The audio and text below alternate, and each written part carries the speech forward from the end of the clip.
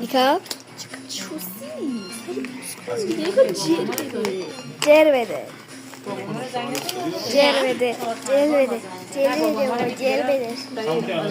بابا بکش بیرون دیگه اونو آفرین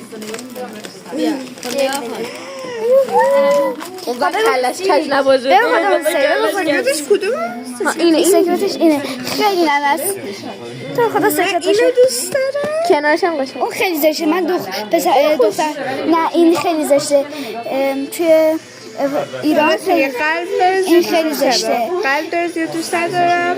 اصلا اینو دوست دارم. آره اون خیلی قشنگه اینو دوست دارم. پیتزاش هم خیلی قشنگه من پیزیشو اینم خیلی دوست دارم. این دوتا رو دوست دارم. خب چی در میاد؟ آره این دوتا رو دوست دارم. این ستا رو خیلی دوست دارم. این ستا اوکی سری باز کن سری باز کن بیشتر دوست دارم.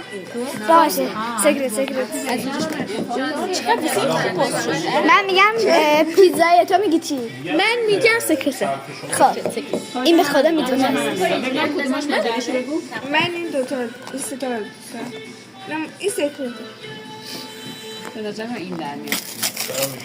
وای آناناسش خیلی خوبه اگه آناناسش بودو فیلمم تمام شده بودو تموم اوهوی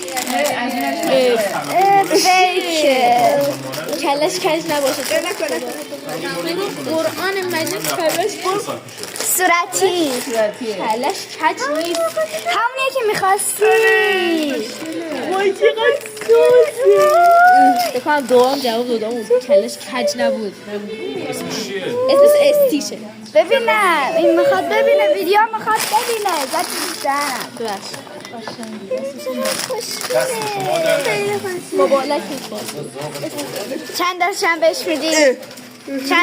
بهش میدیم خدا رو شد دیگه کلش نگران بودی که کلش و بعد چی؟ 9.5 تو سکرتش خداحافظ